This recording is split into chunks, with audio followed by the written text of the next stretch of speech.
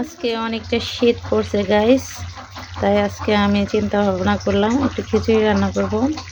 এই যে ভোনা খিচুড়ি রান্না করতেছি। আজকে ডিম ভোনা, গরুর গোস্ত ভোনা আর হলো এই খিচুড়ি রাতের খাবার। আমি সন্ধ্যার একটু আগ দিয়ে যে রান্না করে নিতেছি। দেখেন গাইস, মাটির চুলায় রান্না করতেছি গরম গরম খিচুড়ি। এই যে দেখেন, গ্রামের আমরা মাটির চুলায় রান্না করি। খিচুড়িটা আমি এখন একটু নেড়ে চেড়ে নেব, তারপরে চাপ দিয়ে ঢেকে রাখবো নাড়াচাড়া হয়ে গেলে।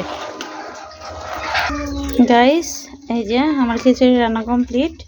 আমি এখন ঘরে নিয়ে যাব, আমার রান্না বান্না শেষ।